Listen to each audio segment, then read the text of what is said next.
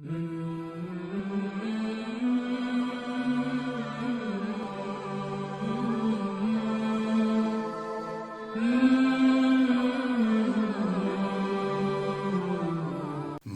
قد، راست قامت، لاغر و کیف بدن، بزرگ سر، فرق مبارک پر تمام بال سیاہ، جو ایام طفلیت سے کبھی نہ ترشوائے گئے تھے، گوش فراخ، بلند پیشانی، کشادہ ابرو، دراز سیاہ آنکھیں، بلند بینی، چہرہ طول و عرض میں متوسط، عارض نور افشاں، باریک لب، تنگ دہاں، کشادہ و متوسط دنداں، باریک زباں، نہایت خوش الہاں، زیر زخنداں، منہ محاسن نہایت باریک و ملائم و سیاہ، دراز گردن، کشادہ شانے، بزرگ اور چوڑا سینہ، دراز دست پنجہ، طویل انگشت، پس پشت نیچے، سیدھے شانے کے اوپر مہر ولایت جس میں باخط باریک لفظ ھذا ولی اللہ، باخط جلی تحریر، پائے مبارک نہایت موزوں، انگشت باریک و طویل۔ حضرت مخدوم پاک صرف تہبند اور ایک خرقہ گل ارمنی میں رنگا ہوا زیب تن فرمایا کرتے تھے۔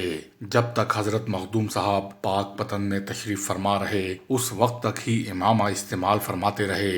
یوم ولادت سے نعلین کبھی نہیں پہنی، کلیر تشریف لانے کے بعد بھی کبھی کوئی کپڑا سر پر نہیں رکھا۔ سیر الاقطاب میں ہے حضرت مخدوم پاک زہد و تقوی میں یگانہ روزگار تھے، تجرد اور عزت سے خوش رہتے تھے، سماع کا بہت ذوق رکھتے تھے، سیف زبان تھے، جو زبان سے فرما دیتے تھے وہ پورا ہو جاتا۔ حضرت بابا فرید الدین گنج شکر رحمۃ اللہ علیہ کے یوں تو بہت سے خلفاء تھے، مگر حضرت محبوب الہی اور مخدوم پاک رحمۃ اللہ علیہ کے متعلق فرمایا کرتے تھے، میرے سینے کا علم تو نظام الدین اولیاء بدایونی کو ملا ہے، اور میرے دل کا علم شیخ علاؤالدین علی صابر کو پہنچا ہے۔ حضرت مخدوم پاک نے علوم ظاہری کی تکمیل اپنے ماموں حضرت بابا فرید الدین گنج شکر سے کی تھی۔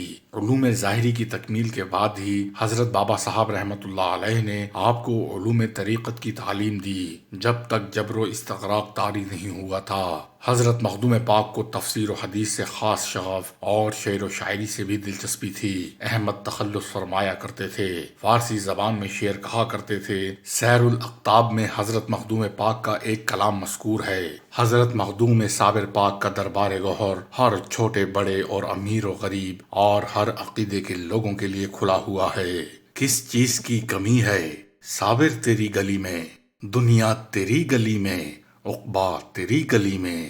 ہر شخص حسب اعتقاد دربار حضرت مخدوم پاک سے فیضیاب ہوتا ہے۔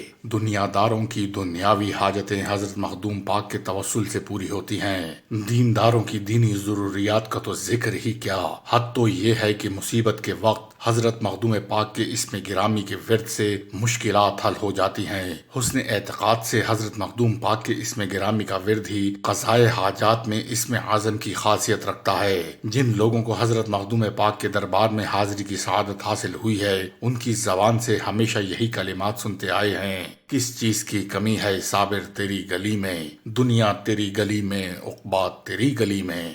انوار العاشقین میں حضرت مولانا محمد اکرم مصنف کتاب اقتباس الانوار نے اپنے پیر و مرشد حضرت شیخ سوندھا سعیدانی رحمۃ اللہ علیہ سے نقل کیا ہے، وہ فرمایا کرتے تھے کہ میں اپنے پیر و مرشد حضرت شیخ ابو داؤد کی خدمت میں با مقام گنگوہ حاضر تھا، یکا یک مجھ سے ایسا ایک نور ظاہر ہوا جو تمام عالم پر محیط تھا، اور ساتھ ہی ساتھ یہ بھی معلوم ہوا کہ یہ نور حضرت مخدوم پاک صابر رحمۃ اللہ علیہ کا فیض ہے۔ چنانچہ میں بغیر اجازت اپنے پیر و مرشد کے کلیر پہنچا۔ روح مقدس حضرت مخدوم پاک رحمۃ اللہ علیہ مزار شریف سے مجسم ہو کر تشریف لائی اور مجھ پر کمال نوازش فرمائی، حقیقت نور الانوار سے واقف کر دیا، اور فرمایا کہ تم بلا توقف اپنے پیر کی خدمت میں واپس چلے جاؤ، وہ تمہاری عدم موجودگی سے پریشان ہیں۔ ہم نے اپنی نعمت اس کے دادا شیخ عبد القدوس کو دے دی ہے، جس کا دل چاہے لے لے۔ حضرت شیخ سوندھا فرماتے ہیں کہ میں زیارت کے بعد کلیر میں آ کر رات بھر پھرتا رہا۔ حضرت مخدوم صابر پاک کی روح مقدس ساری رات میرے ہمراہ رہی۔ حضرت سائیں توکل شاہ امبالوی نے فرمایا کہ جب میں پیران کلیر حضرت مخدوم پاک کے آستانے پر حاضر ہوا تو احاطہ درگاہ میں قدم رکھتے ہی لطائف میں تازگی پیدا ہو گئی۔ حضرت مولانا عبد الرحمن لکھنوی کے ملفوظات انوار الرحمن تنویر الجنان میں حضرت مولانا کی حاضری کلیر اور چلہ کشی کا کا حال مذکور ہے۔ متواتر فاقوں سے تنگ آ کر حضرت مولانا نے اپنے 2 ہمراہیوں کو قرب و جوار کی آبادی میں سوال کرنے کی اجازت دے دی۔ ایک روز شام کے وقت گاؤں کی طرف سے ایک شخص نے آ کر دریافت کیا کہ مولوی عبد الرحمن کون ہے، اور اس نے 3 آدمیوں کا کھانا اور سالن ہمارے سامنے رکھا۔ ہم نے خوب سیر ہو کر کھایا۔ اسی طرح وہ 13 روز تک برابر کھانا لاتا رہا۔ 13ویں روز اس شخص نے آ کر کہا کہ اب میرے پاس جنس ختم ہو گئی ہے، کل نہیں آؤں گا۔ ہم سمجھ گئے کہ یہ دعوت حضرت مخدوم صاحب رحمت اللہ علیہ کی طرف سے تھی، اور اب ہمیں رخصت کا پیغام مل گیا ہے۔ چونکہ چلے میں 1 روز باقی تھا، پھر 1 روز مزید قیام کے بعد پانی پت روانہ ہو گیا۔ حضرت مخدوم العالم رحمت اللہ علیہ کی درگاہ معلیٰ کا احاطہ نہایت طویل و عریض ہے، جو 15 سے 20 ہزار زائرین کے لیے کافی ہے۔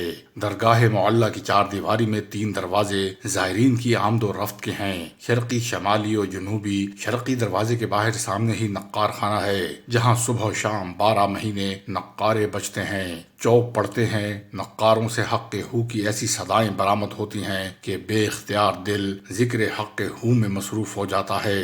یہ صدا چونکہ ایک معصوم اور بے گناہ چیز سے نکلتی ہے، اس کی صداقت اور لطافت طبیعت پر اس قدر اثر انداز ہوتی ہے کہ بلا اختیار دل ذاکر ہو جاتا ہے۔ مزار شریف میں آگے بڑھ کر دائیں ہاتھ درگاہ صابریہ کے سجادہ نشین حضرات کے مزارات ہیں۔ سامنے ہی حضرت مخدوم العالم کا روضہ مبارک ہے، جو سفید رنگ کی خوشنما جالیوں سے محصور ہے۔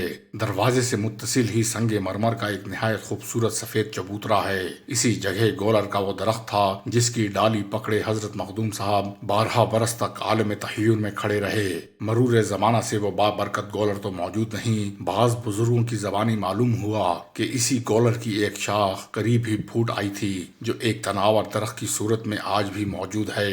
اس درخت کی گولریاں زائرین بطور تبرک لے جاتے ہیں۔ اسی گولر کی محاذات میں جانب شمال گولر کا ایک بہت بڑا درخت موجود ہے، جو دیکھنے سے 200 برس پرانا معلوم ہوتا ہے۔ ان درختوں کے علاوہ روضہ مبارک کے مشرق اور شمال میں پلکھن اور مولسری کے درخت ہیں، جو خوب پھلتے پھولتے ہیں۔ احاطہ درگاہ کے گوشہ شمال مغرب میں ایک شاندار اور وسیع و عریض مسجد ہے۔ وضو خانہ ٹین کی چادروں سے مسقف ہے۔ ایک بڑا لمبا چوڑا کنواں ہے، جس کا پانی نہایت ہلکا اور زود ہضم اور نہایت شیریں ہے۔ مسجد سے متصل ہی جانب جنوب مغرب سما خانہ ہے۔ باقی چاروں طرف زائرین کے قیام کے لیے سہدریاں بنی ہوئی ہیں۔ حضرت مخدوم پاک کے روضہ انور کے ارد گرد سنگ مرمر کی خوبصورت جالیوں کا احاطہ ہے، جس میں ہر 4 سمت آہنی دروازے ہیں۔ غیر ایام عرس میں صرف مشرقی دروازہ زائرین کے لیے کھلا رہتا ہے۔ ایام عرس میں زائرین کی سہولت کے لیے دوسرے دروازے بھی کھول دیے جاتے ہیں۔ جس حجرے میں حضرت مخدوم پاک آرام فرما رہے ہیں، اس کی دیواریں سنگ مرمر کی مانند دودھ کی طرح صاف و شفاف ہیں۔ فرش سنگ موسیٰ اور سنگ مرمر کا ہے۔ قبر شریف کے ارد گرد سنگ مرمر کا نہایت خوبصورت کٹہرا ہے۔ حجرہ مبارک کے 2 دروازے شرق رویا ہیں، جن پر چاندی کے پترے چڑھے ہوئے ہیں۔ زائرین زیارت اقدس کے لیے اس دروازے سے داخل ہوتے ہیں، جو جانب شرق و جنوب واقع ہے۔ یوں تو عام طور پر جمعرات کے دن قوالوں کی سرکاری چوکی حاضر رہتی ہے، مگر ایام عرس میں اطراف ملک سے بڑے بڑے قوال درگاہ شریف میں حاضر رہتے ہیں۔ اوقات نماز کے علاوہ 24 گھنٹے قوالی رہتی ہے۔ حضرت مخدوم صاحب رحمت اللہ علیہ قوالوں کو خوب نوازتے ہیں۔